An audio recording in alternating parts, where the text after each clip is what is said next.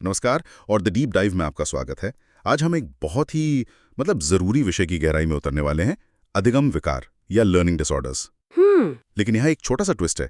हम सिर्फ मुश्किलों की एक लिस्ट नहीं बनाने वाले हैं। हमारा मिशन है इन लेबल्स के पीछे छिपे इंसान को, उनके अनोखे दिमाग को और यहाँ तक कि उनकी सुपर पावर्स को भी समझना है। बिल्कुल। और इसी सोच के साथ चलिए पहली स्लाइड देखते हैं। इस पेज का शीर्षक ही मुझे लगता है पूरी कहानी कह देता है, अधिगम विकार, संघर्ष से संभावना तक। हाँ, ये बहुत पावरफुल है। और ये जो तस्वीर है, एक इंसान के सिर से फूल और पौधे उग रहे हैं, ये सिर्फ एक आर्ट नहीं है, ये एक मेटाफोर है। अच्छा।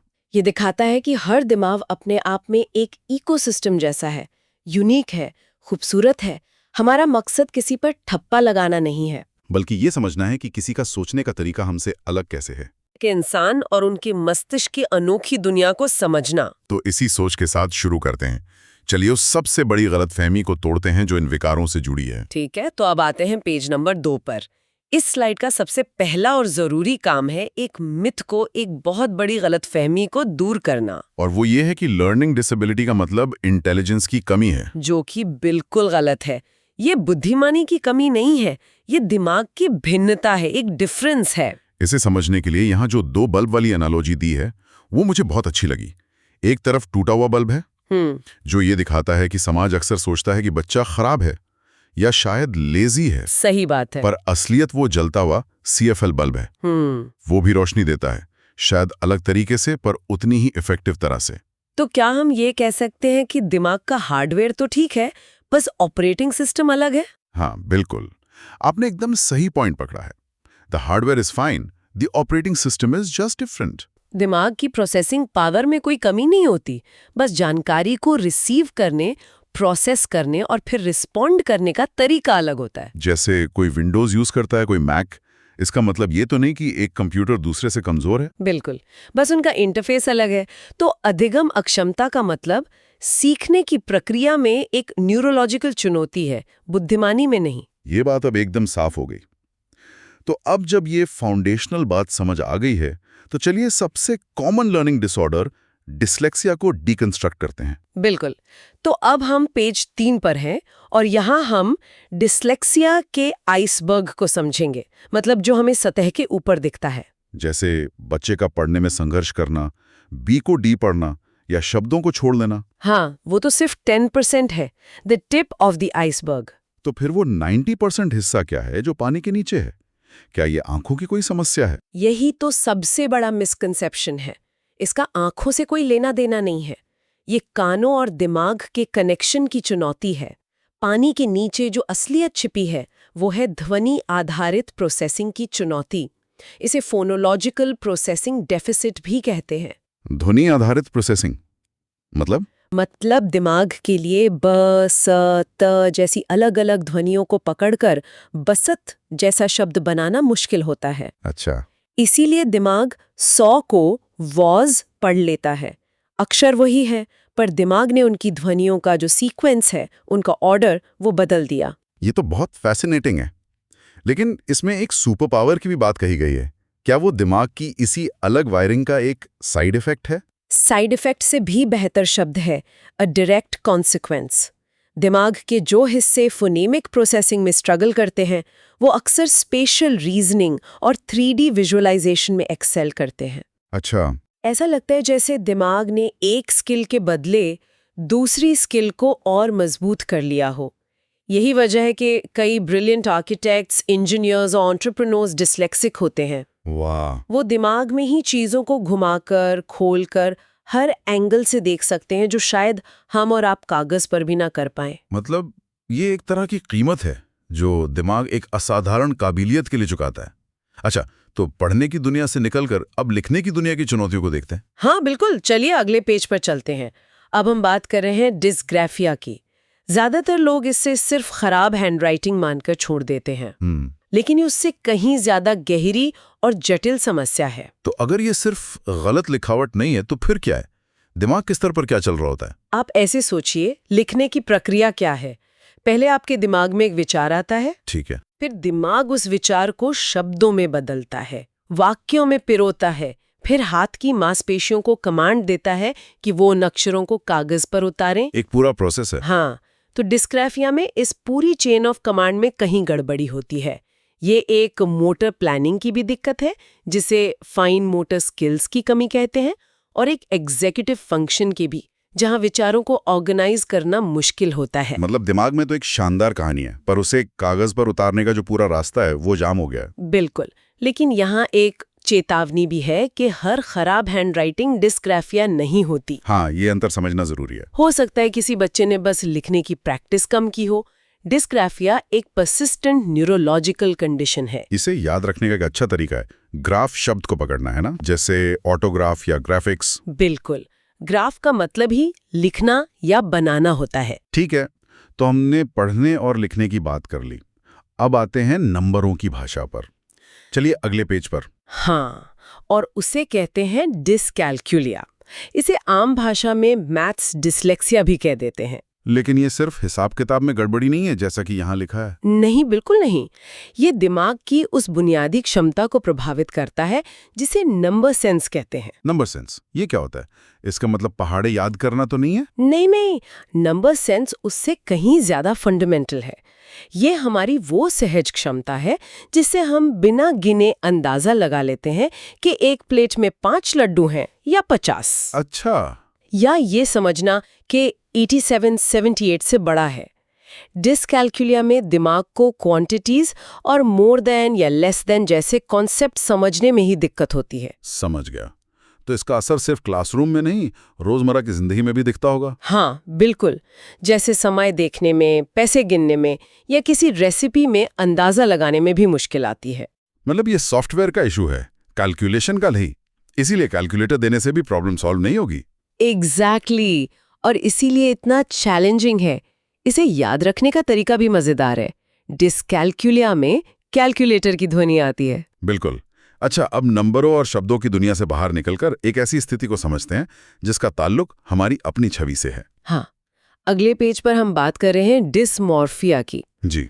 और यहाँ ये समझना जरूरी है कि ये एक लर्निंग डिसऑर्डर नहीं, बल्कि एक मानसिक स्वास्थ्य स्थिति है। पर इसका जिक्र यहाँ इसलिए जरूरी है क्योंकि ये भी दिमाग के परसेप्शन यानी नजरिए से जुड़ा एक विकार है। सही कहा। इसमें दिमाग शरीर की छवि को लेकर एक भ्रम, एक डिल्यूजन पा लेता है। मतलब हकीकत कुछ और होती है और दिमाग आईने में कुछ और ही दिखाता है। हाँ, जैसे कोई बहुत पतला इंसान आईने में खुद को मोटा देखेगा। पर ये सिर्फ इनसिक्योर महसूस करने से कैसे अलग है? हम सभी को कभी न कभी अपने लुक्स को लेके थोड़ी चिंता तो होती ही है। ये बहुत अच्छा सवाल है।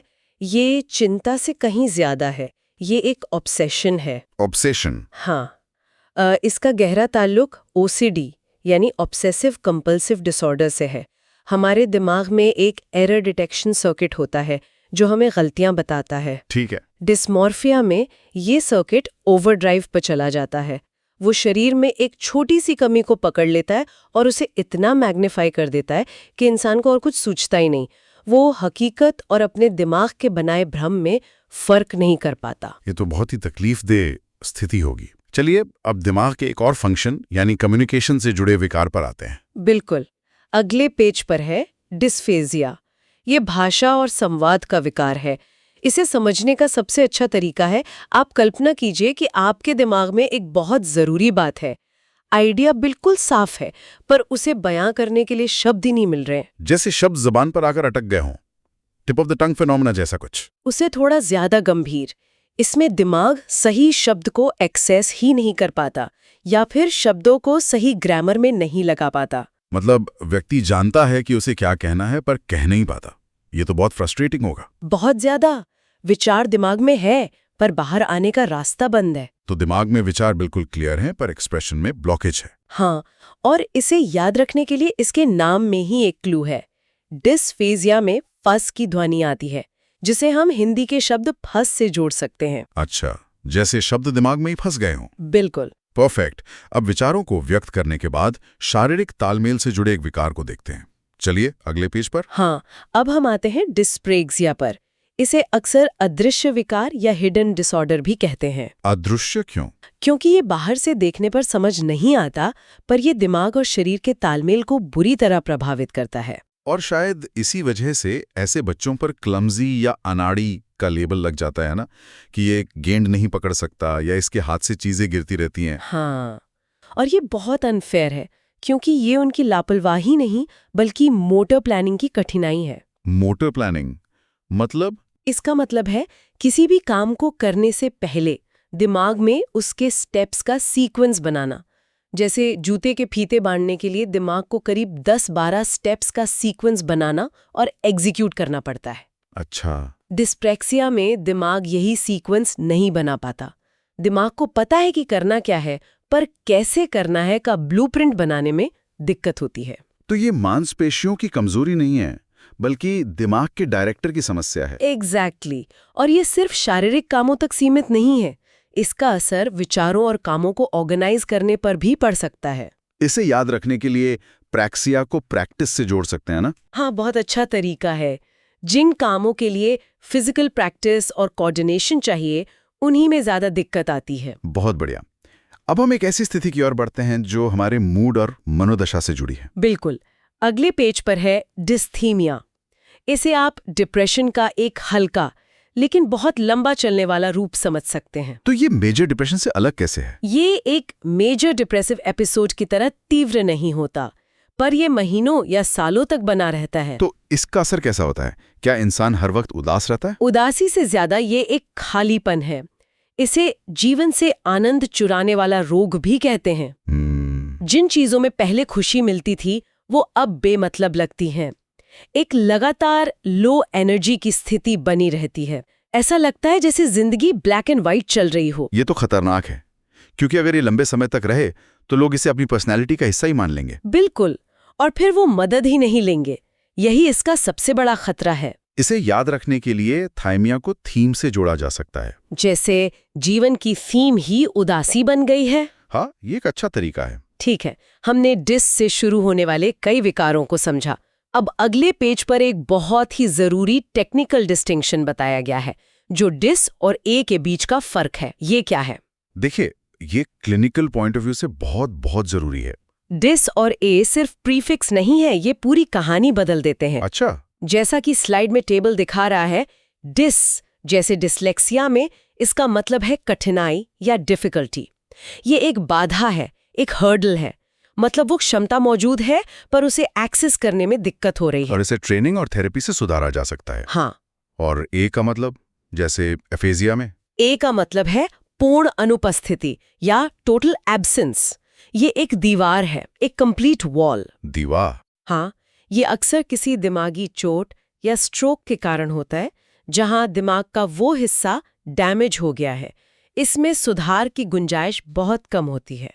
तो डिस एक बाधा है, ए एक दीवार है। ये एक लाइन में पूरा कॉन्सेप्ट सॉल्व कर देता है। बिल्कुल।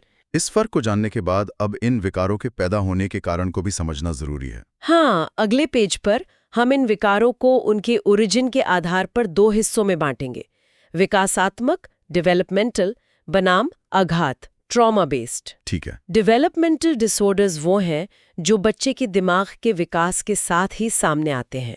ये उसके न्यूरोलॉजिकल ब्लूप्रिंट का हिस्सा हैं, जैसे ADHD, ऑटिज्म या डिस्लेक्सिया। और ट्रॉमा बेस्ड? वो किसी बाहरी घटना या चोट की वजह से पैदा होते हैं। इसका सबसे क्लासिक उदाहरण है PTSD, post traumatic stress disorder. ये किसी के विकास का हिस्सा नहीं है, बल्कि जीवन में घटी किसी भयानक घटना के प्रति दिमाग की एक प्रतिक्रिया है। कोई बच्चा PTSD के साथ पैदा नहीं होता, वो किसी ट्रॉमा के बाद डेवलप होता है। ये वर्गीकरण बहुत जरूरी है, क्योंकि इससे इलाज का सही रास्ता चुनने में मदद मिलती है। चलिए, अब तक जो भी सीखा है उसे 2 केस स्टडीज पर अप्लाई करके देखते हैं।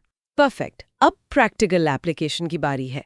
तो अगले पेज पर पहली स्थिति है, एक बच्चा न्यूक्लियर को अनक्लियर और 100 को वॉज पढ़ता है। यहाँ स्ट्रगल किस चीज में है? सॉफ्ट तौर पर पढ़ने में। यहाँ शब्दों के अक्षरों का ऑर्डर और उनकी ध्वन को प्रोसेस करने में दिक्कत हो रही है। तो ये डिस्लेक्सिया का क्लासिक केस लगता है। बिल्कुल सही। अब दूसरी स्थिति, सेरेब्रल पाल्सी से ग्रस्त बच्चे में लिखने में कठिनाई आम है। इसे हम क्या कहेंगे? सेरेब्रल पॉल्सी एक शारीरिक स्थिति है जो मांसपेशियों के कंट्रोल को, यानी मोटर स्किल्स को प्रभावित करती है। हाँ। और हमने अभी सीखा कि जब फाइन मोटर स्किल्स की कमी की वजह से लिखने में कठिनाई हो तो वो डिस्ग्राफिया होता है। बहुत बढ़िया।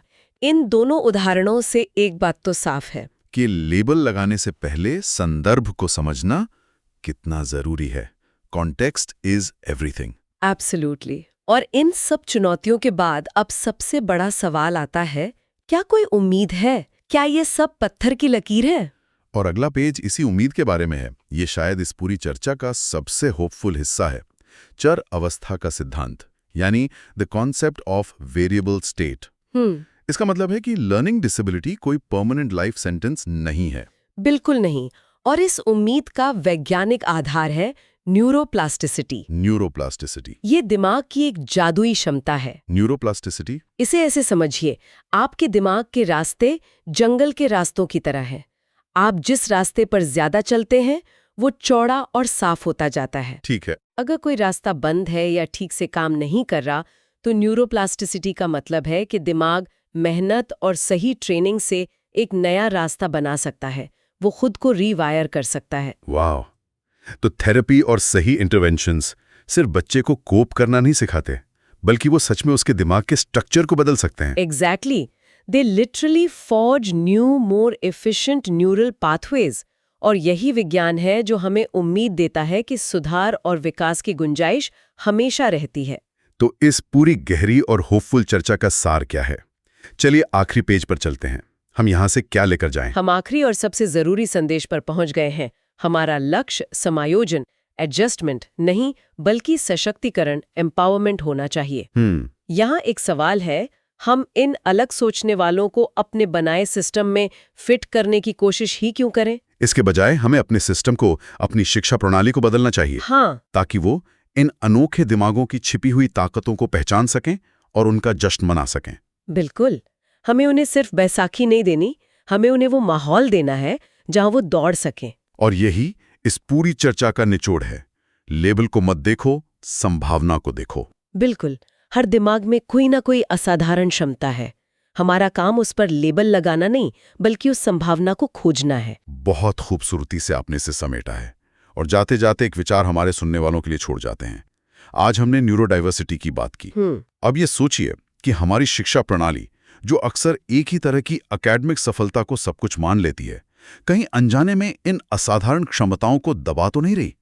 शायद हमें सिर्फ बच्चों को नहीं, बल्कि उस सिस्टम को बदलने की जरूरत है जिसमें हम उन्हें बड़ा कर रहे हैं। बहुत गहरा सवाल है। इसी सवाल के साथ आज की चर्चा यहीं समाप्त करते हैं। ऐसे ही नवीनतम वीडियो के लिए चैनल को लाइक, शेयर और सब्सक्राइब करें। धन्यवाद।